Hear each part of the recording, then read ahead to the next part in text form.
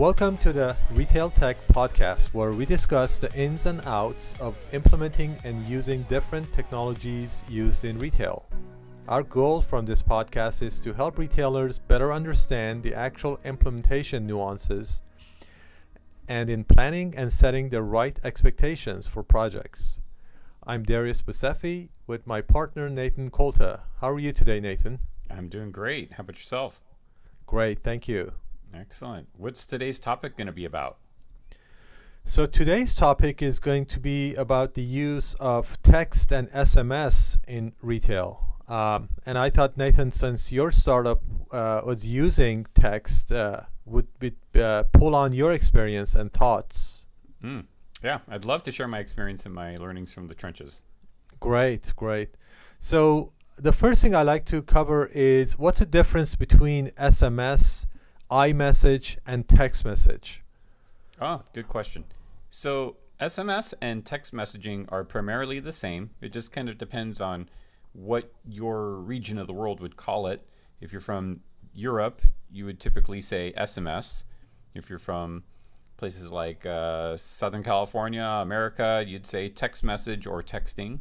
So those are primarily the same. Then those messages are sent through a carrier like AT&T or Verizon or Sprint or Vodafone or something along those lines. In terms of iMessaging, that is done through an internal messaging, very similar to what BlackBerry used to have an internal messaging. AOL had an internal messaging. So Apple is got its own internal messaging. It works on all of its Apple devices. If you're using an iPhone, it'll combine text messaging and this internal messaging as well. Okay, good.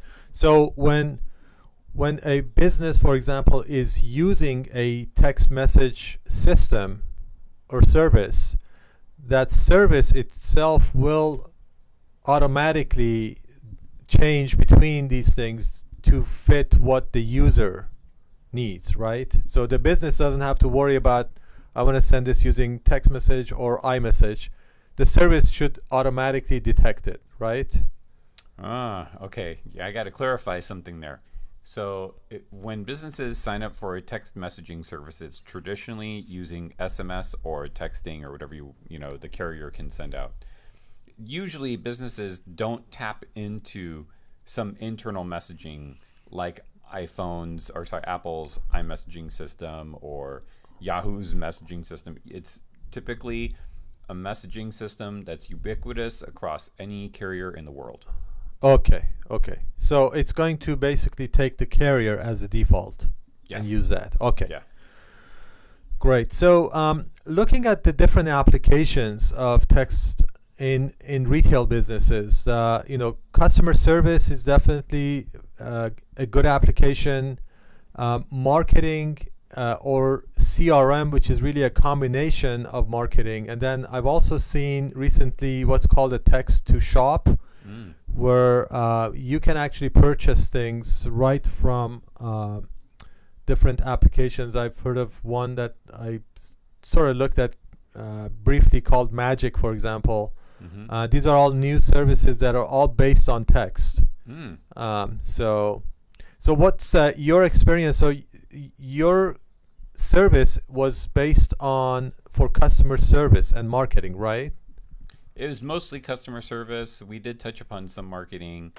We would use some of our marketing tools to send out maybe like a discount or some type of an alert of a special type of thing that's happening at, let's say, a dealership or at a store, an announcement. But generally, it was customer service issues. We really didn't do both. We didn't hook up to a CRM application, but we would do, either the work we did was marketing or customer service. Okay. What are the benefits of using SMS or text for a retailer? So for a retailer, the biggest benefit, this is like big, would be the high response rate. It's not just a high response rate, it's a high open rate too. So there's a difference between okay, I'm going to send it out and people are going to look at my message. Now you're getting also, they not only see it, but they actually can get back to you. And that type of communication is like unheard of. Just so you know, some of these open rates or read rates are somewhere in the neighborhood of like 35 to 75%, depending on what the conversation is about. You'll rarely ever see anything that's like in the 5 or 10%, which is, even in the world of email, that would be like a miracle. In the world of email, open rate, read rate is something like 2%, or, 1%, 3%, 5%. So, and newspapers, all these other things are so much lower than that too. Yeah, especially for customer service, I would expect, for example, if my car is in the shop and the shop is going to communicate with me via text message, I'm going to open 100% of messages that I receive from them because it's directly related to help me. So marketing is also interesting because, for example, I'm with T-Mobile, and when I get messages from T-Mobile, I tend to open them more willingly. Now, unless I start seeing that they're pushing too much stuff on it, and then I won't do it again, and I will actually let them know. What about the different like standards and like laws related to sending text messages for people? Yeah, the same sort of laws that are involved with the spam cam laws for email and voice calling, like voice robot calling, or any type of like communication. So like the first time you can do it, there were no penalties, but if the person replies with or says some type of communication like stop or unsubscribe or X or something along those lines, that's when the communication has to stop. And if it doesn't, then there is a penalty for it per each message, per each email, per whatever it is that's being sent out. Okay. So text messaging falls under the same laws as that, at least here in the United States. Okay, so you basically need to get opt-in from the user and then provide an unsubscribe or stop feature very easily to people.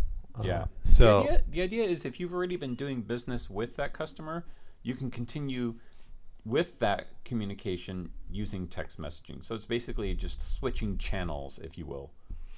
So it's only if you're going to send to someone brand new, you don't have any established relationship with them, they walked into your store or dealership or whatever it is, then at that point, if they say, hey, I'd like to, get a text from you, then at that point you need to get some kind of permission.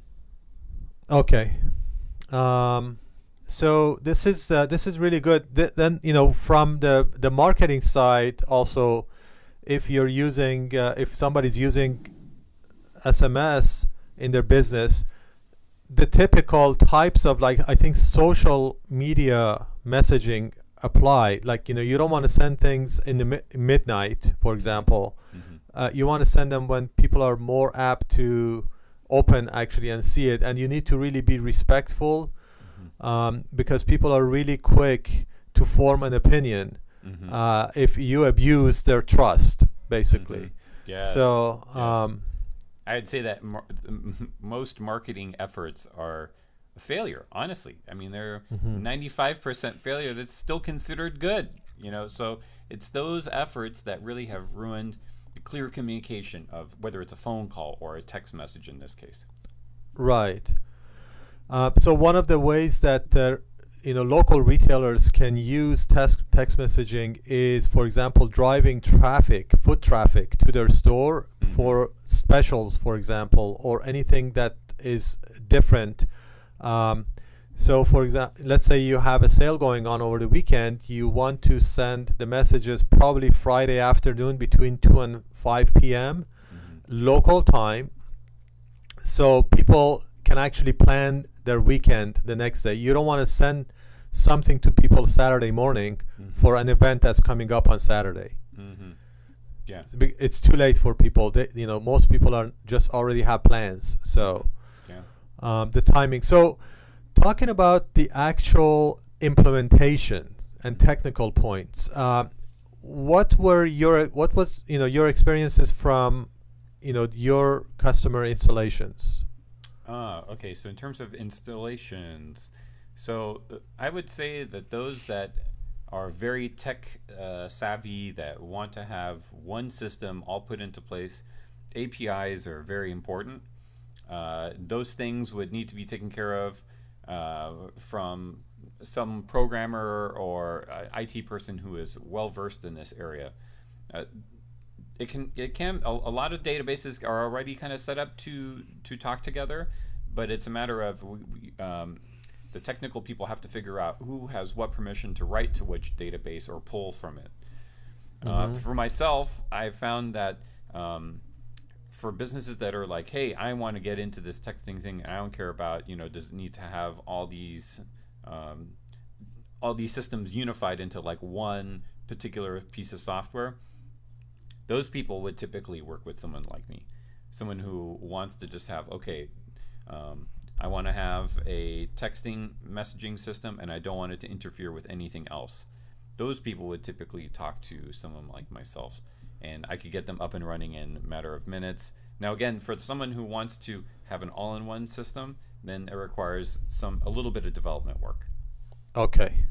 All right. So yeah, it all depends on what systems the business already has in place and how they want to integrate this into their process. Yeah. Another thing that I've learned from my experience, in a lot of different applications, is really after you have the system in place, how do you get your users to actually use it effectively? Okay, so in regards to that, the first few steps. By the way, I wanted to just get back to, there was this one point that I missed out on, and that is, a lot of people, a lot of the businesses that we got in touch with had like SAP, they had Salesforce, they had Edwards, they had Reynolds. There were a couple of other sort of big names, and a lot of them now have special APIs to get into a text messaging system. It would just require a few phone calls to make that happen. Years ago, this was a big problem, getting that going. So for those of you who maybe gave up on it earlier, I would encourage you to reinvestigate it. I think you'll find that there are fewer problems. Now, as for the first step, I really think the best thing to do is to find a select group of customers that you are on good terms with, and almost like your VIPs, if you will, and send them some messages that basically say, hey, we haven't seen you in a while. We'd like to just do a quick test to see how responsive you'd be to maybe a special or an announcement, or would you like us to just stick with customer service and do like a quick survey? And it's amazing how much information you can glean from and how quickly you can glean from when it comes to text messaging. Again, the response rates are very high, partially because text messaging is convenient, it is instant, and it is in some ways trackable. So, for those reasons, I really think an experiment or two would be easy to pull off, and I think you'll get a good feel for how much time and effort text messaging is going to spend or take up in your system, in your workflow, if you will. Okay, great. So looking at the actual implementation of a system, so some of the things that I think we can probably point out to are, first thing is you need to know what your requirements are as a business. And how do you know what your requirements are? You need to know how the staff that are going to be using the system do their work right now.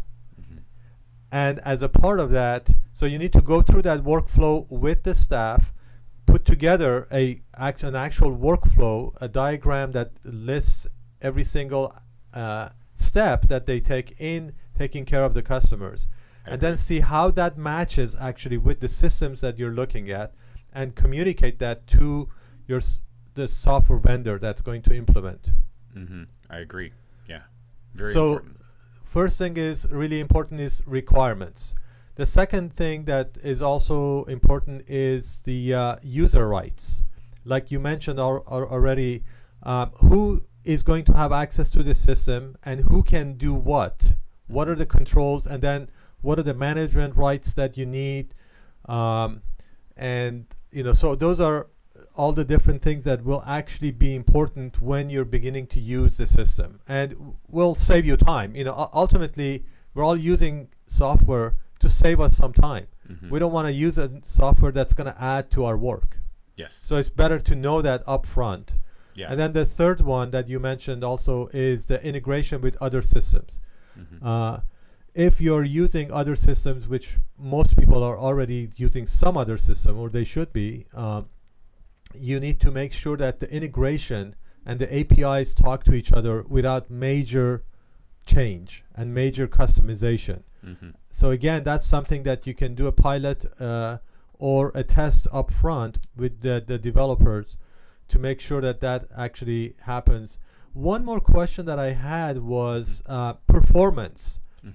How do you gauge the performance of a system? From a business point of view, what should I be concerned with when I'm looking at these 5 different vendors that all have text messaging applications? Is performance something I should be concerned about? That's a very good question. I would say that the majority of the time, the performance is very similar because they're using basically the same set of channels. The only difference would be is how does the software work with, let's say, your customer service reps workflow? Or is it easy for them to understand and use? Because, in the end, everyone is still sending messages through the carriers, and they all are going to deliver at a best effort. So there are ways to get maybe a little bit better than best effort, but ultimately, when it lands on the customer's phone, it usually takes them a couple minutes to respond. There's a certain amount of etiquette and a certain amount of time that they're going to need to get back to you. So I don't think there's going to be a large difference in performance.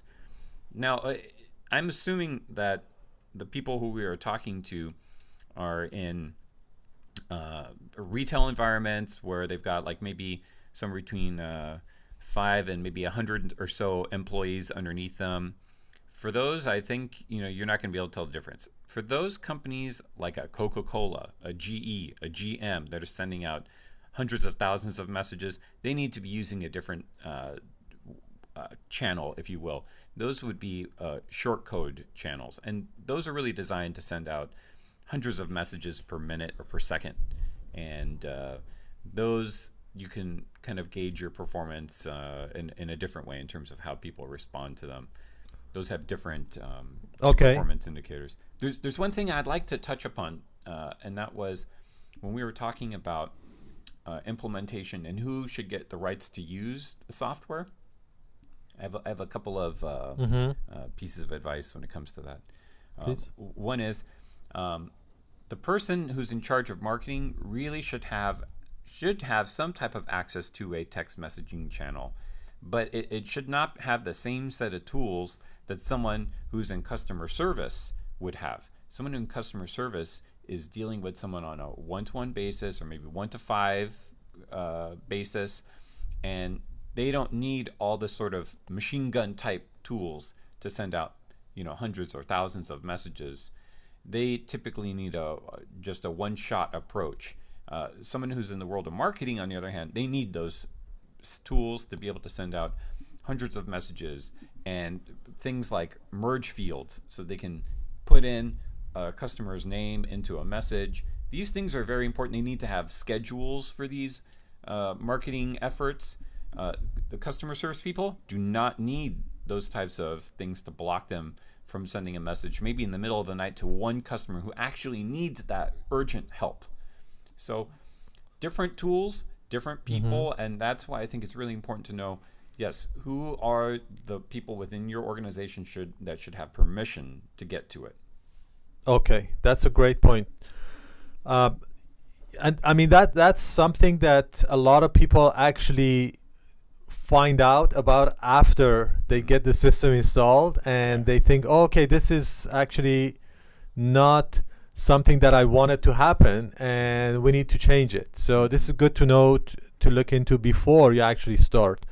So that's why the planning is as important. Yeah. as the actual implementation. Sometimes people, because of we all have a million things on our to-do list and we have different priorities, we may not put as much attention on the actual planning. But I personally always tell my clients, really take your time, take another week if you need to or whatever, and go through the process again with your team and think through it. We'll be in there with you.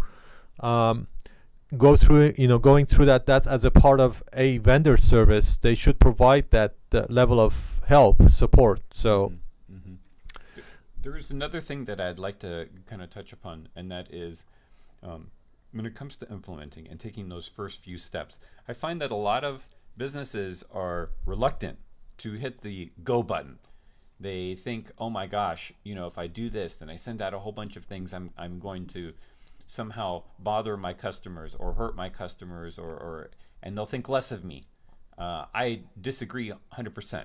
It is very important to have some good customers that you relate to and ask them, can I do just a couple of experiments? And I think you'll find that there are a lot of businesses that have a good fan base that would love to give you their feedback and to know that it lands on ears that can actually make a change.